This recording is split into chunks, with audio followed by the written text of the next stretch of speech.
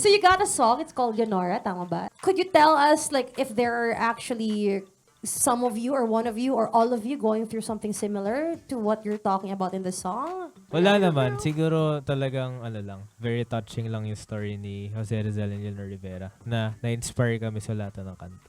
Kilala kasi natin si Jose Rizal bilang playboy. Uh-huh. So, gusto lang namin mapakita o maparinig sa mga tao na hindi lang siya basta playboy pero may kwento din yung bawat love story na nangyari sa kanya. Kumbaga gusto namin siya mabigyan ng contrast na, ay, grabe pala magmahal to. What's your advice to listeners who can relate to the song actually? Siguro sa mga nakarelate sa kanta, ang pagmamahal masarap ipaglaban. Pero kung alam mong hindi talaga, magtira ka rin para sa sarili mo. At the end of the day, dapat mas mahal mo ang sarili mo kaysa sa kahit ano.